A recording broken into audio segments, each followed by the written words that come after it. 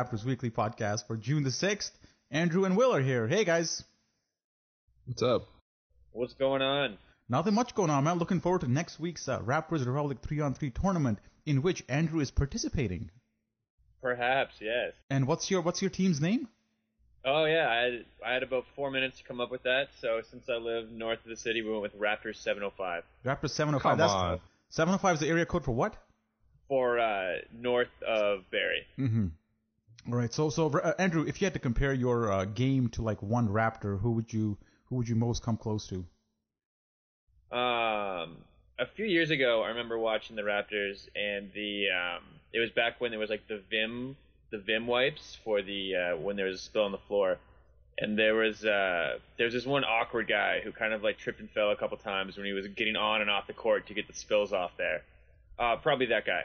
That's who my game most resembles. I'd say Andrew's more of a DeMario Carroll type player. A lot of defensive hustle, a little low on talent, but makes up for it with a lot of hustle and. Yeah, mostly just I have a laundry list of previous injuries.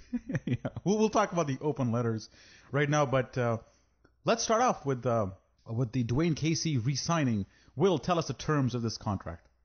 So the Raptors had a team option for Dwane Casey next season worth something like $3.7 million. They just scrapped that team option entirely and then signed him to a 3-year extension starting next year, worth $18 million over 3 years. What are your thoughts? What are your thoughts on that one, Will? I think it makes a lot of sense to bring back Dwane Casey.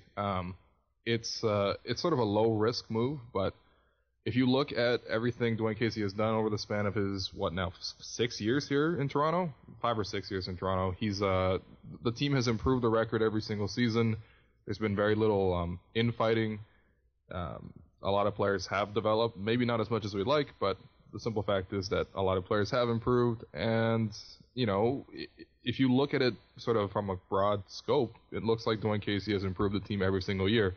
So even though Dwane Casey has some shortcomings that we've talked about in this podcast like 100 times.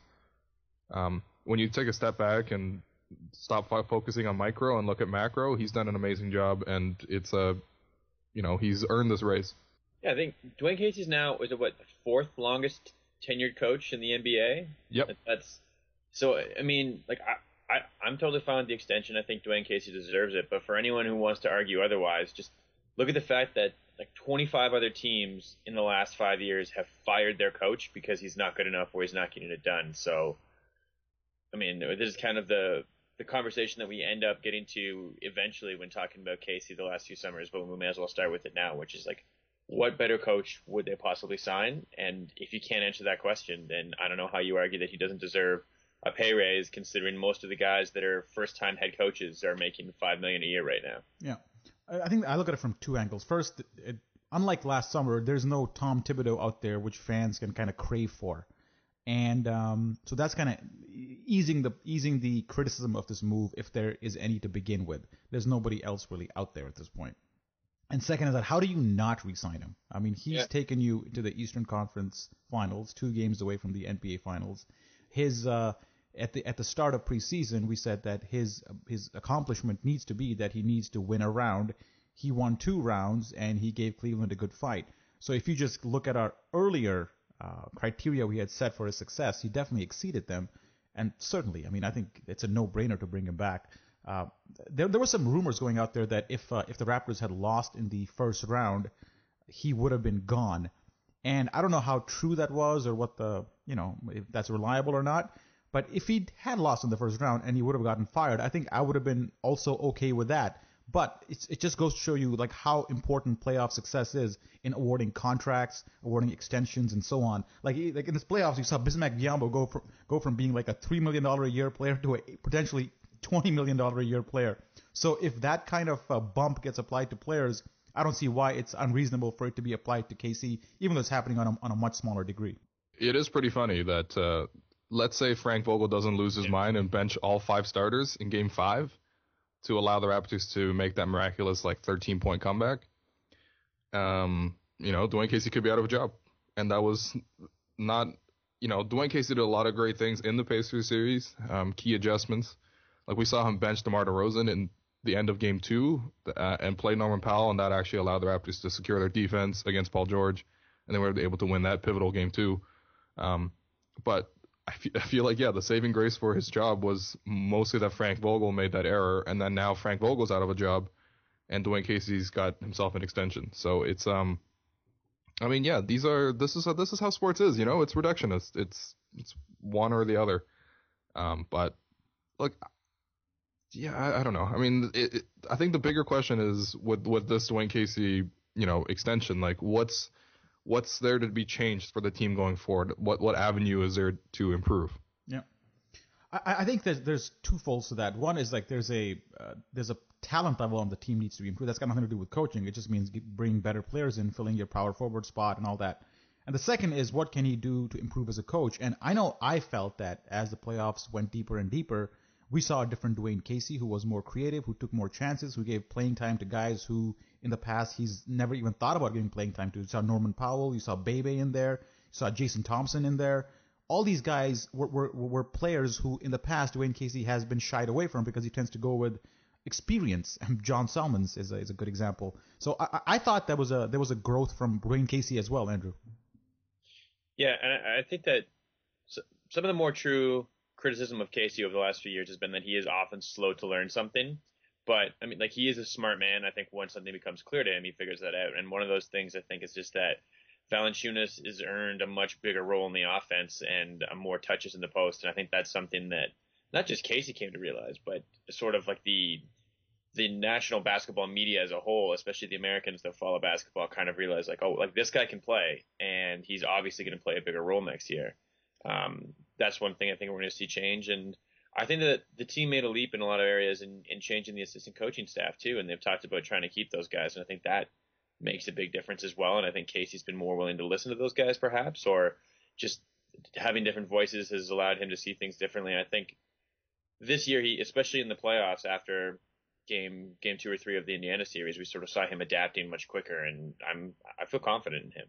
Yeah, is that his biggest challenge next year, Andrew? Is Valanciunas how to integrate him into, like, to be a legit part of the offense and not just a peripheral figure? I don't think it's a challenge at all. I mean, I think it's like it seems pretty straightforward to me. Like, it's going to be a source of required creativity and figuring out how are you going to enter the ball to him. As teams start adapting, the Raptors have had a tendency in the past to have some sort of like to have the first 10 seconds of their possessions get a little bit lazy and sort of meander into dribble handoffs that don't do a lot and just sort of eat time.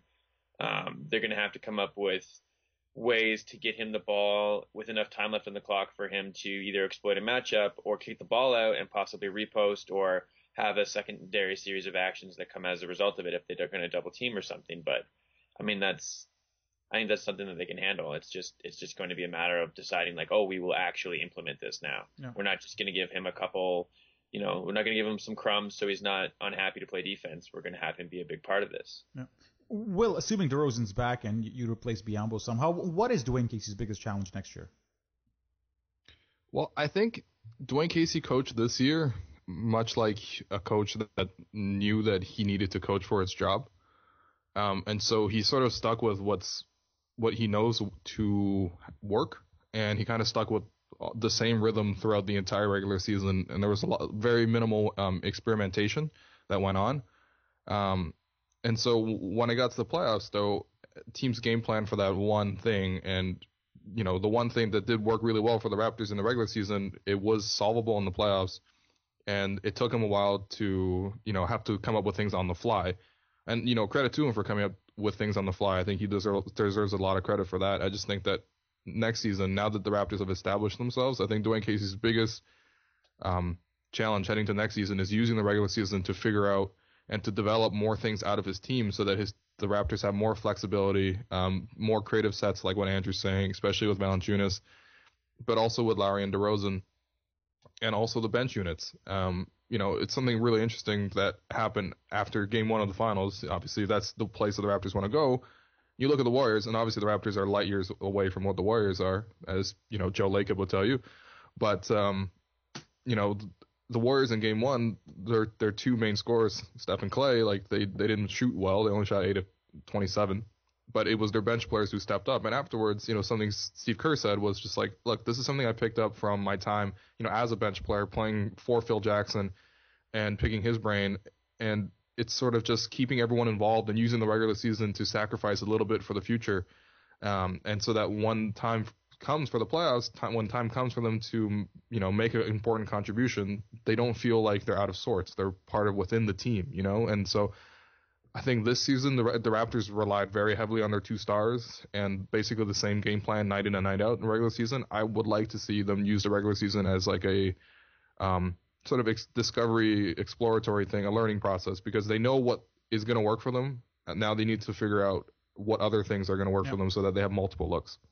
Yeah, I think it goes back down to, is the regular season win total that important really? And it's really not. And I think I totally agree with that. I think throughout the regular season you saw DeMar DeRozan and Kyle Lowry get pounded with heavy minutes. And probably next year, I think one thing he has to do is, as you said, reduce those minutes and see if somebody else can step in so they're a little more primed. I mean, I saw the Golden State game, man. Like Harrison Barnes, Sean Livingston, Maurice Spates comes off the bench and gives him a boost. So I realize we're comparing apples and oranges with Warriors and Raptors, but the same philosophy at least needs to be applied to the Raptors, where you look at the regular season as it's almost like a practice for the postseason. And I think that's part evolution, because like the Raptors, I think this season's goal wasn't so much that. It was more about making a dent in the playoffs and getting your name out there. I think they accomplished that. Maybe it's part of the evolution of a team that the next step is to actually treat the regular season a different way than you would the playoffs. So I think it's all going as planned for the Raptors, and I don't think I don't know. I feel good about it. Let's move on from Dwane Casey and talk about some open letters that were penned this week. Will, why don't you tell us the Lowry open letter, what that was about? So after the season was over, about a week after, Lowry put out a open letter to fans. When was this? On Wednesday? And it was just a letter sort of thanking fans, for their support and everything like that, but also reminding them that, the best is yet to come. Like, this is not the end goal. They still want to keep improving. And I think that's a nice little message to leave the fans with, because, I think as Raptors fans, we're all riding on this high. Like, holy crap, we've never gotten to this point where the Raptors can be in the conference finals and winning 2 games and things like that. But ultimately, that's not the whole end goal. And I think Lowry really reminded us of that by saying, today, he ends the letter by saying, today, I'll take a moment to reflect on the positives. And there were many, and I'm proud of what we accomplished. But like you, I'm not satisfied. And I think that's the perfect note to cap the season with, and to remind people that there's still more to come. I just think that after being in so many bad, negative relationships, that it's really nice that, Toronto has a really positive sports boyfriend now in our current leadership player. Like, that's a neat thing. Mm-hmm. That's true. Yeah, Lowry's a great sports boyfriend. Yeah. Absolutely. Really supportive. I think deep down he's putting on the the impression that he's not satisfied, and he's not. But I think he's got to himself feel really good about what he accomplished this season and what they did in the playoffs. I know you can't just say it out loud that, hey man, we're just excited to give Cleveland 6 games and that's it for us. But deep down, even though he's not letting it out as much, I think DeMar DeRozan and him have to be satisfied for shedding this label as chokers and getting into the conference finals the way they did. So I think it's a growth season for them too, and I don't know, it's just all positive for those guys. Here's another open letter that was penned. This time it was DeMario Carroll, man. Andrew, your mirror NBA player. Why don't you tell us what that was about?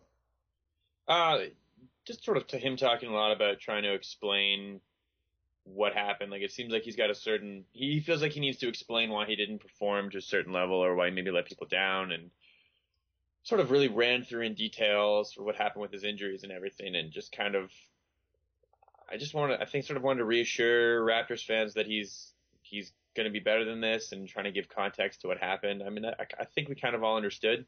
I don't know if people were judging him super harshly for this, but yeah, I think it was just emblematic of a guy who really cares and wanted people to understand. I'm not sure. I don't know. What did you think? I don't know. I think he just felt the need to explain his up and down season. And that was it. I think he came into the season with a lot of pressure of being the highest paid player, and he didn't perform as well. He got injured, and in the playoffs, he was on and off. We talked about this last week. And I think at the end of it, he's the type of guy who almost, I feel, felt guilty for earning so much and not producing proportionally.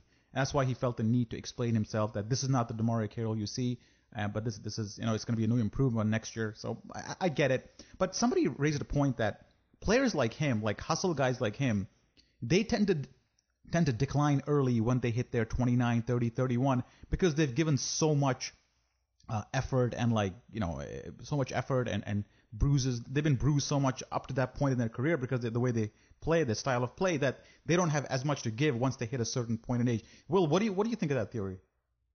I think that's a very credible theory. Like, all you have to look at is like Luol Deng and Joakim Noah and how they look very old for two guys who are nearing their 30s. But for DeMarre Carroll, in his case, he's definitely that kind of player, but he didn't have a lot of NBA minutes on his body because he was sort of in and out of the league for a while.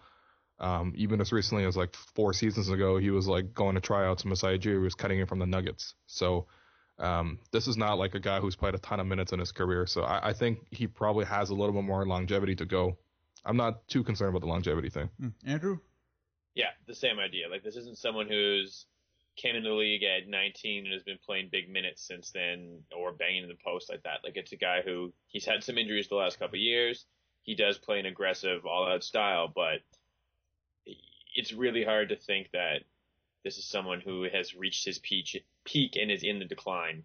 Okay. I think injury, like, look, it could happen. He could keep getting hurt, and that could be a thing. But so much of injuries is random that it's easy to play the result, but I think it's really difficult to say for sure that you know how it's going to pan out. Yeah. And I also think it's good that he cleared the air and he sort of took fans sort of behind the scenes as to all the decision making that went on with his knee, because it wasn't sort of a clear-cut decision as to whether he was in and out. A lot of it was pain tolerance and whether or not he was going to risk it or things like this. And I think he explained pretty well in the blog post / open letter he had, where he sort of explained the decision-making process and what the doctors were thinking and what he was thinking and what he wanted to contribute to the team. And that's good because, for a while, if you remember, like towards the end of the regular season, it became this open question of like, when is DeMarre Carroll coming back? And there's this information void, and I think the Raptors like to keep everything under wraps. Yeah. But that void was filled by certain reporting that, DeMarre Carroll's out for the season or like he's not going to come back and things like that. And so it's nice that DeMarre Carroll sort of gave fans like the full clear picture as to what went down. Yeah. So there's no more confusion. I don't know. I have a little bit of concern of the way he plays and whether he's worn down a little bit, but I'll let evidence form my opinion more than just conjecture and so let's see how he goes next season. Well, yeah, what do you think he's going to do next season? Like, what role do you think he'll play? Because I've never felt like he was comfortable this year. I think he's got to be your power forward. That's how I see him in next year. Because if you're not able to get a power forward this season, I think you're better off using him as that spot and JV at the 5 and see how that rolls for you. Because I don't think the Raptors. I don't think it's easy to fill that power forward spot. And given how comfortable Patterson is off the bench, I think you might see DeMarre Carroll play that spot, and he's done that well. I think he's strong enough to kind of defend fours, and he's got that 3-point shooting, so he's a true stretch four, not a playmaking four, but he does provide that stretch ability. So I see him there more than the 3 really. Doesn't mean like those two positions are so blended and like you can just switch them around so much that it doesn't really matter as much. He can still defend the other team's best player while playing the 4, but offensively I think he's more suited to play the 4 than anything. I think that sort of backing that up is as we just talked about thinking that DeMarre Carroll wasn't going to necessarily decline physically in the next year or two in a sharp way.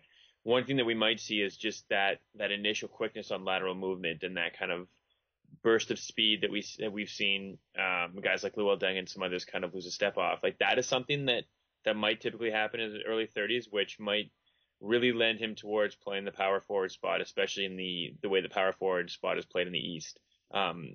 Instead of small forward, just might make him a little bit more valuable defensively, or might not exploit him nearly as much if he has to guard a lot of the younger, smaller, quicker 3s. And instead, if he's guarding a lot more undersized 4s, that's something where you might not notice as much of a defensive exploitation at times. I think that whole idea of him having a bigger offensive role and being a playmaker, that was the theme at the start of the season. That was the narrative that he was going to adopt and have a bigger role in the offense. I think that kind of has to go out the window because I don't think he is a playmaking wing. I think he's a spot-up shooter who plays good defense and can slash and do that. But I don't think we can expect him to play any point forward. And that was one of the things at the start of the season that was like a lot of noise there, Will, at the start of the season.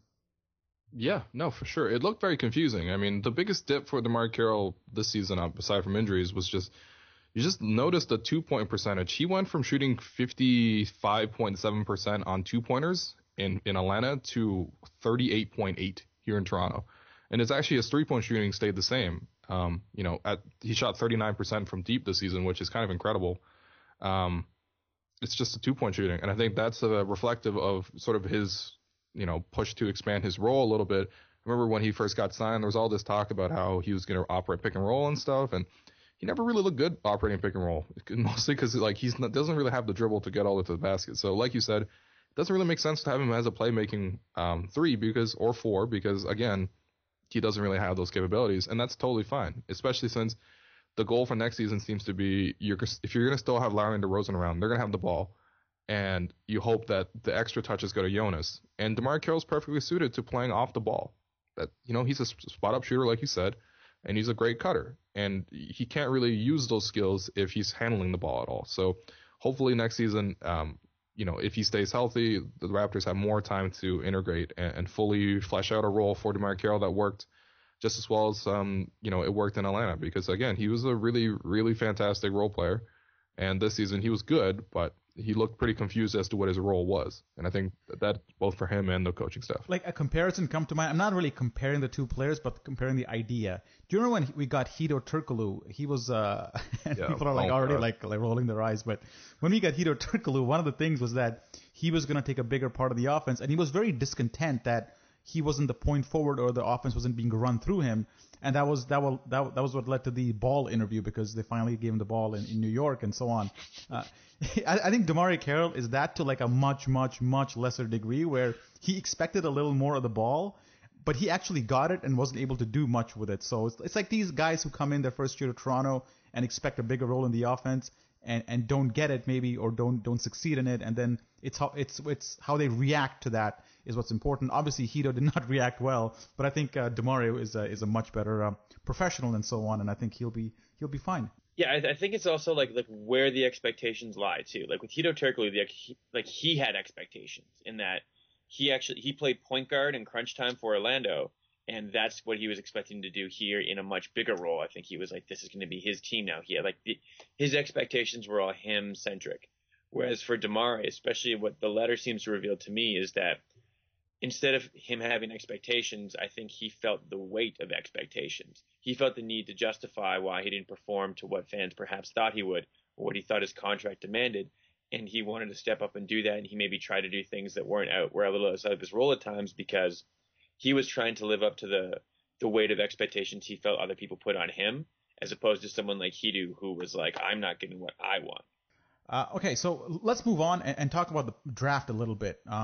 I don't know how much of an expert, how much attention you pay to college basketball, but let's just talk not so much about the players, but about the pick itself, and whether the Raptors should draft with this pick, or whether they should parlay it into something bigger. Let's start with Andrew on this one. Andrew, it's a 9th pick overall. It's supposed to be a top-heavy draft. I think all of them are, but this one appears to have some talent around where the Raptors are picking. What say you of this pick? Draft or trade? Yeah, I don't know. Like, is that the most? It seems like even the guys who really know what's going on seem to not always play. Like the picks that seem to go between 5 and 15. Like there's guys that are in and out of the league in the late lottery, and there's guys like Kawhi and Miles Turner and guys like that who are taken in the early teens that seem to pan out more. I have no idea. I'm going to trust people that are smarter and more informed than me to figure it out, and I'm bad for this podcast, I guess. Well, let me put it this way: like, do the Raptors need another young player? Can they afford to get another young guy who takes up a roster spot and needs about 3 years to develop? Sure, yeah, they're not in a position to draft someone who's 2 years away from being 2 years away. That's certainly the case. It does seem like they have a lot on their plate as far as young careers they're attempting to nurture and bring along. If you're trying to pick someone and saying that this guy in 2 or 3 years is going to be a big part of the team, but right now he's not going to be a big impact, then it certainly seems like that's not best fitted for the current trajectory of where your franchise is looking to reach its ceiling. I guess that could be the case. But I think the Spurs also kind of have a draft mentality. I guess it's different when you have that kind of core, but of always kind of draft guys and seeing if you can bring them on eventually. It doesn't matter if they're going to be the best of players today. Maybe you can make them that way, but See, I would argue the opposite. I'd say they're now in a position where they can actually draft somebody and essentially stash him in the Raptors 905 and let him develop there.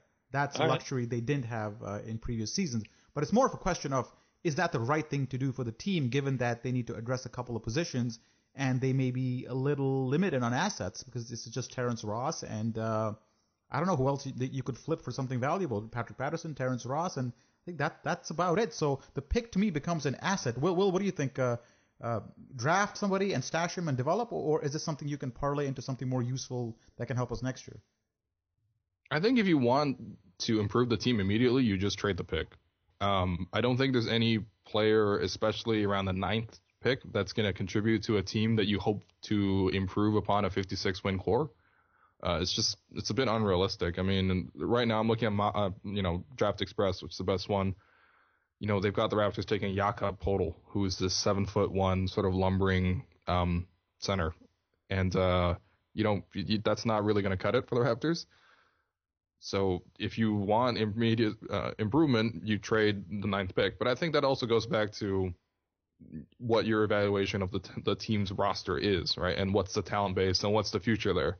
Because like you, Zora, I agree. Like this is a nice opportunity to take somebody who you can slowly develop and bring along and hopefully integrate into your lineup 1 or 2 years from now, not necessarily for this season. Because there are players in the draft around the 9th spot where you could take them. They can give you one skill maybe right away or at least within 1 year, and then you hope to build upon that one skill. And hopefully they work hard enough that they can become like a two-way player at some point. And there's a couple guys in that spot. I really don't know enough about all these players, but I think you either trade the pick if you want to improve immediately, or you take a development guy. All right, either trade the pick or take a development guy. Okay, that sounds like the two options. I'd go with trade the pick. I don't think anybody has too much patience for more development here, especially because you got this window with DeMar DeRozan and Kyle Lowry coming up. Kyle Lowry's 30 already, so I don't know how long that's going to last. I think you got to maximize this window or the potential of this window and try to get some assets in. I think that's what Ujidi's going to do. My money's on him actually flipping this pick. The question is who, if you package something out, who goes along with the pick? And I don't want to talk about that too much, but I think if you had to part ways with one player right now of the main 8-man rotation, I'd feel most comfortable. It's between Patrick Patterson, Terrence Ross. I'd go with maybe Terrence. Does he have trade value, Will? Terrence Ross? Yes. Okay. Of course. Yeah. He's an elite 3-point shooter. So I think if you had to parlay that pick, I'd use a guy like Terrence Ross to fetch something more. But we're getting into some serious hypotheticals now, eh? Yeah. Also, if you trade Terrence Ross, there's big issues in terms of where you're going to get your spot-up shooting from. The Raptors, if they're going to commit long-term dollars to Bismack Biyombo and DeMar DeRozan, then you are really locking yourself into a team that can't shoot. All right, we can talk about Bismack a little bit, but let's take a break because we got a ton of Twitter questions to get into, and maybe he'll pop up in those. Get Goldfinger today. Here's the scenario. You've been injured in a serious accident. The doctor says your recovery could take months, maybe even years, yet your insurance company is denying your claim every step of the way. If something like this happens to you, call me, Bryan Goldfinger of Goldfinger Personal Injury Law. We have offices in Toronto, London, Peterborough, and now Kitchener-Waterloo. Visit goldfingerlaw.com and get us working for you. Get Goldfinger today. Welcome to part 2 of the Raptors Weekly podcast. Will and Andrew are here.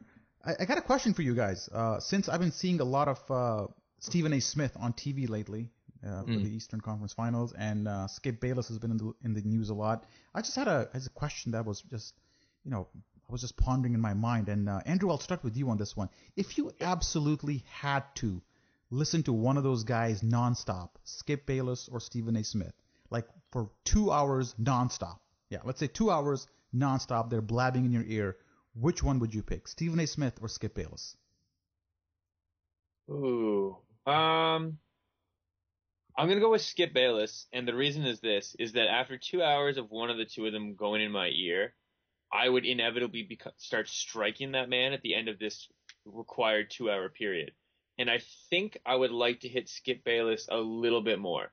Like, I just want to tell Stephen A. Smith to shut up. But Skip Bayless, I think every once in a while, I feel like I could hit that man. And that would provide me the opportunity. So I'm going Skip. Will, what do you think? I'm a peaceful man, although I would also prefer to hit Skip. But yeah, I think I'd listen to Stephen A. Smith because I think he's a sane human being. And I think he knows that he's playing on an act. He's like got like a nice track record of being a great reporter in Philadelphia before he went on TV. And also Skip is like straight up a maniac. I don't know if you guys know this, but like Skip Bayless orders the same Chinese food takeout every single day, and he orders it on Sunday and then has it packaged in the fridge, ready to go for 5 straight days, and it's the same food. Oh. He eats that same thing every day for like the whole week. Yeah. And he goes to sleep at like 9 o'clock, and he works out. And then he does the show. And sometimes he doesn't even watch, which is kind of evident from the show itself and what he's saying. But seriously, man, this guy, it's the food thing that gets me. How do you do that? How do you, like, astronauts don't even eat with that much monotony. All right, man, let's do some Twitter questions. Will, you're going to host a segment for us. Go ahead. Okay, yeah, so if you guys ever want your questions answered, just hit up at Raptors Republic on Twitter. We'll either get to it on a podcast, we'll get to a mailbag, or we'll just answer you straight up on Twitter. This first one comes from McHill. Maybe I'll just read the handles. At McHill. All right, not that different. Is Ronald Roberts a potential power forward option next year? Guys, what do you think about Ronald Roberts? No. That would be I mean, he's a power forward option instead of Jason Thompson, maybe, but he's not a power forward option as in he's the next starting power for the Raptors. Andrew, what do you think? Yeah, you know what? After we just criticized Skip Bayless for not necessarily knowing what he's talking about, I'm going to admit that I watched absolutely no Raptors 905 this year, and therefore do not feel like I am able to give an opinion without just parroting something else I've heard and hoping that it's right. No, I've seen a lot of Raptors 905, and I can tell you he's a good player. I think he dominated the D League. He's a little skinny, and I don't know how much of his game translates to the NBA. I don't think he gets a lot of his shots off against the NBA caliber defenders. I think he might get a lot of rebounds because that's one thing that somewhat translates. But I think offensively he'll struggle. Defensively he might be okay as a rebounder, but he'll really be at the Jason Thompson level of production, maybe a little bit higher. So I don't think having him any higher than 9th in the rotation is a good idea. Yeah.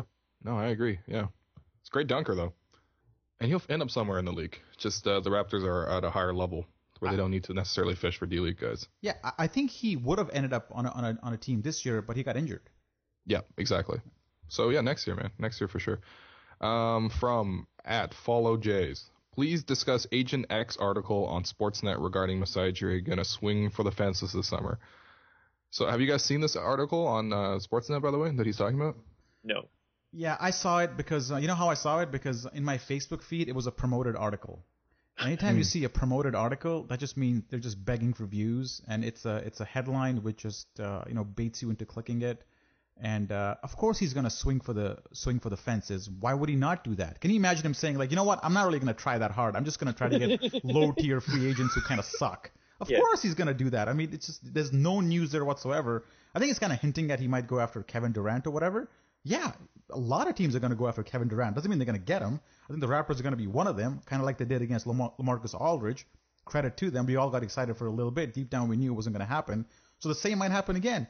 But man, the way OKC lost, Will, I know I'm not answering your question.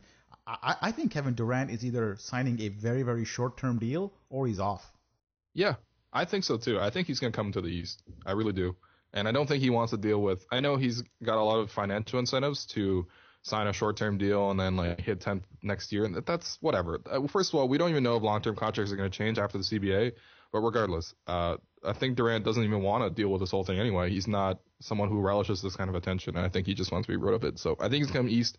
Maybe he comes to Toronto. Who knows? I doubt it, but I think he can make that money elsewhere anyway from endorsements. I think people think a little bit too linearly in player salary. But, man, going back to LaMarcus Aldridge, I remember when that report dropped last year by I think it was Shams Charania. I got so excited. I was with I had like lunch. Was having lunch with somebody. I saw it come down on Twitter, and then like I sprinted from lunch to the local coffee shop and like a second cup in the annex, and just like bolted open and wrote it. I was so excited. And it turned out Masai Ujiri apparently just cornered LaMarcus Aldridge like outside like a hotel. Yeah. It was like Masai Ujiri tried to hand off his mixtape. They happened to be in the same elevator, and Masai Ujiri pressed all the buttons to maximize time with him. Okay, listen, we have DeMar DeRozan, and we have Kyle Lowry, and we have Jonas, and then LaMarcus is like, please just let me get out of the elevator. Yeah, what he said was, "Who's Jonas?" I'm going to the Spurs. What are you talking about? Okay, so Agent X. So you think that the Raptors will swing for the fences this summer? I guess that's the general question. I hope. Yeah, I love the idea of like a sports pickle, like fake article title that's just like Masai Ujiri plans to mail it in this summer. Just kind of see how it all pans out. Like, don't give Steve Simmons any ideas. Yeah. Yeah, every GM has swung for the fences every summer on paper. You know who's really going to swing for the fences? Bryan Colangelo. And he's going to hit like a single at most. Wait, dude's going to swing at pitches at least. There's no chance. Yeah. There's a Kevin Pillar strikeout in his future. And there's no defense either. What do you guys think of his Jeff Teague for a Noel's trade? It's like totally expected, right? I mean, that's exactly what he would do: trade a future asset for win now for a point guard who's reached his ceiling already. And I don't know, it's just so Bryan Colangelo. Yeah, it's not even a win now move. It's that like this team needs a point guard. There's a point guard who has a brand name. Let's trade whatever asset we have for that because he's the one that's available. Yeah, I liked it. It's such a beautiful symmetry that's happened in Philadelphia. In 2013, they had an all-star point guard in Jrue Holiday. They traded him to the Pelicans to get Nerlens Noel. 3 years later, they're trading Nerlens Noel for a point guard. It's just like, that's the sports cycle. So I would very much like to get Nerlens Noel actually on the Raptors as a Bismack replacement. I'd trade Russ for Nerlens. I don't know about you guys. Yeah, I think the Raptors have some problems with three-point shooting. So if you're going to get Ross away, you got to get somebody. Fine, you get Noel's, but you got to address three-point shooting generally because you got DeMar DeRozan, who's a void when it comes to three-point shooting, and you got to get somebody who can play with him. And I don't think you can play a guy like James Johnson with him just because it just kills the floor spacing. So even though if you're going to trade Terrence Ross, you still got to get some shooting in. That's somehow. True. Is James Johnson's contract not up this summer? He's gone. It is up. He's gone. I was gonna say he's probably gone too. Yeah, for sure. Yeah, almost definitely. All right, yeah. Look, we will have fantasy sort of trade discussions later on in the summer when there are less topics to discuss. But let's move on. From Keon, our man, overheard dude at gym say we should re-sign Biz and play him at 4. What would the oh no, yeah. What would the world look like if these people didn't exist? So he's saying that there's no way Bismack should play power forward along with Jonas, and I think everyone here agrees with that. Yes. Not in a starting capacity. Do you think they can play together? Not unless the other team is like Sacramento and they're playing like two massive bigs. Even then, it's not feasible. But I think as I said last time, I think Bismack has shown that he can play a 4 without Jonas there. I think he's someone you can put in small ball lineups and he's not going to ruin you. So that's something new I learned about Bismack this year. But as far as a solution for the starting power forward position, absolutely not. No, but I mean, if Biz is playing in a small ball lineup, it means you've already got shooting surrounding him. If he's playing with Jonas and presumably with DeMar as well, like you're never going to score anything. Like it's just going to be like an absolute grind to get any kind of shot within 15 feet of the rim. Like we saw a bit of that against Cleveland when those two played together. I think it was Game 5 where out of desperation Casey tried that lineup and it didn't look good at all. Not great, Bob. Not great, Bob. Yeah, don't re-sign Bismack just to play on power forward. That's completely silly. Okay, the next one comes from, what is this, at J Friedman 23. Is Marquise Chris our savior at the 4? And he's making a Chris savior religious pun there. Yeah, what do you guys think about Marquise Chris, guys? You guys know much about Marquise Chris? Andrew, I'll let you take this one. Being an expert on Marquise Chris, I of course have an abundance of things to say about this man who I totally know exists. I don't know that he exists. Is basically all I have to say. Yeah, I think Marquise Chris had some good albums in the late '90s, but I think his work in the 2000s kind of fell off, and I think he's more just mainstream now. And He's the Jay-Z of prospects. I think Marquise needs to really look at his early work and kind of find inspiration from that and reinvent himself going into the next decade. Gotta get back to who he was. All right, I'll pick up on the Marquise Chris thing.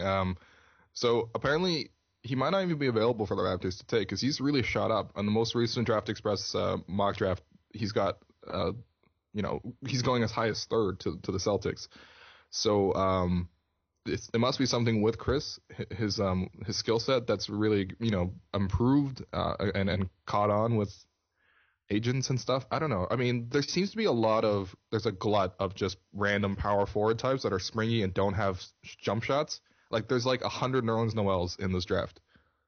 And I think Chris might be the best of them, but it feels like he's one of them. His rebounding rate really concerns me, though. Hey, I got a Nerlens Noels related question. Not really. Because it's a Bebe question, and he's kind of like Nerlens Noel, so maybe. If we let Bismack walk and introduce Bebe in that role, how much of a drop-off would we see? Significantly. Yeah, it's not feasible. Bismack carried us, man. Yeah. He was a reliable guy that you could put in the starting lineup, and B, when he comes out the bench, the defense was always so good. You remember like the Lowry plus bench unit? Like a huge part of that was Bismack holding down the defense.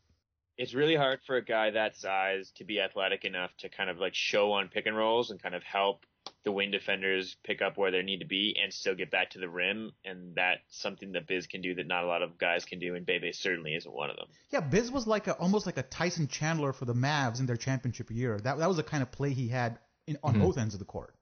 Yeah, I mean, just offensively, he couldn't catch the ball nearly and finish. He improved, though. He improved. Chandler. Apparently, he was catching tennis balls all year, and that really helped him catch the ball better. Apparently, DeMar taught him that. Bismack is like, just use stick 'em, man. Like Dwight showed us, there's no there's no downside. No one's gonna care. Just use stick 'em. Just do it. I think he needs more than stick 'em. I think he needs super glue. Yeah, it's gonna be so obvious when Bismack tries to go for a dunk next year, and the ball like goes temporarily through the hoop and then back out of the hoop with his hand. Yeah, and his hand gets ripped off right there at the rim. Yeah. So there's another Bebe question, but we just answered that one from PP Penguins. Okay, next one from at senior_recourses. Any option of trading for Buddy Hield without giving much more than Ross in the 9th pick? Would you guys like Buddy? I mean, you guys know Buddy from being the second leading scorer in the nation for the Oklahoma Sooners. First off, I've made it pretty evident that I don't watch a lot of college basketball, at least not enough to know the names of guys. Buddy, I know a little bit. Kind of like a gunner shoot. Is that kind of what we most need on this team? I mean, if we don't sign DeRozan, then maybe that's something. But otherwise, I don't know if that's something that's really coming in and filling anything close to a need on the team. I think this goes back to the earlier question of what do you want to do with this pick? Like, no matter who you draft, I know he's a senior and he's a little more developed, but in the best case, you're getting somebody like Norman Powell. Does that really help you next year? I don't think so. I think he might be a good player. He's already got experience at the college level.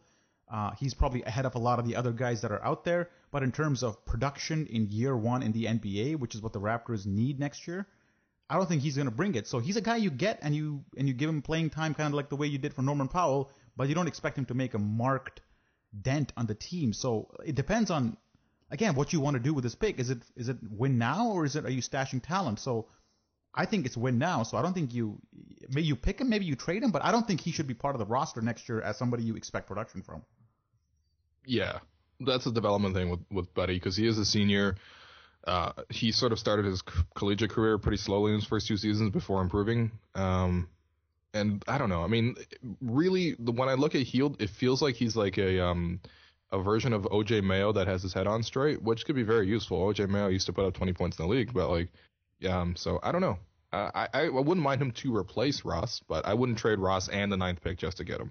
Yeah, it seems like trading 2 assets for one where it's like a higher potential ceiling, but I mean, still a long way to go. It's not like you would put Buddy Hield in and then have him playing cohesive team defense and being reliable not to make turnovers and be baffled by certain defenses that he's facing. Here's the Buddy Hield stat that might get fans excited. Mm-hmm. He shot 46% from 3 last season, and he took 9 threes a game. So he's a good 3-point shooter. The college 3-point line is a little different, so there's an adjustment there always. But he's got a good-looking shot. He's a confident shooter. I remember we talked about like trading Ross away, and then if you trade Ross away, you might need some 3-point shooting. Maybe you bring him in that capacity as strictly a 3-point shooter, because essentially that's what Ross is for us. He doesn't really do much of anything else. So if you replace Ross with someone like him, how much of a difference or a drop-off would you really notice on the offensive end? Other than Ross's late surge where he started driving to the hoop a little bit more, got more 2-pointers, if you take that out, he's basically Terrence Ross, assuming the motor is higher. I don't think you'd notice a massive drop-off in terms of offense. Defensively, I don't know enough about the guy to comment, but Ross is already a pretty bad defender, so I don't know what you would even lose there. So I'd say if you bring him in, it might be because you might ship Ross out and get somebody else in, and then Buddy Hield could be your Ross replacement. But again, I think it's putting too much pressure on a rookie. Yeah, I like Hield as a Ross replacement if you can draft him at 9, which is possible. Sure. Okay, let's move on to Daniel Axelrod, who asks, if Atlanta is in teardown mode with the Teague trade, do we target Millsap with a package of Ross and picks? So hold on. This is like the Dave Chappelle, how old is 15 really? Because if we're going to trade Terrence Ross and picks for Buddy Hield, and then suddenly we're going to trade Terrence Ross and picks for Paul Millsap, then I think everyone has to get on the same level as to how valuable Terrence Ross and a pick is. Yeah, and how valuable Paul Millsap is. Yeah, so just to remind everyone, Paul Millsap is really great. He was in discussions to make an All-NBA team, and he missed out, but he was one of the, he would have been on the All-NBA 4th team, I think, if such a thing exists. So I don't think that's enough to get Paul Millsap, but What do you think of the idea of hunting for a Paul Millsap? Yeah, or DeMarcus Cousins? I absolutely love the idea of getting a Paul Millsap. I don't know what combination of assets you would possibly be able to put together to get Paul Millsap. You'd have to, I think, aim a little bit lower on that. But that's the exact kind of player that would be amazing to have on this team. It's just realistically, I think we have some assets to trade, and I think there's a sense around this team that there was going to be some trade, some movement, or something this summer. And I think that we are in danger of getting to a place where Raptors fans are thinking that we're going to be capable of getting far more than we're possibly going to be able to get for those assets. And there's going to be a lot of suitors for Paul Millsap if he is in fact on the trade block, and the Raptors are not going to come close to matching what other teams like LA might have to offer for Paul Millsap. So it's unrealistic to expect that Ross, who we all kind of hate sometimes, and plus Buddy Hield will get you Paul Millsap. I don't think the math adds up there. No, I agree. And I also don't think Atlanta is in teardown mode. I think they just have a redundancy at point guard. That's it. And so they want to move Teague. And if they can get Nerlens Noel for Teague, then more power to the Atlanta GM, whoever it is out there.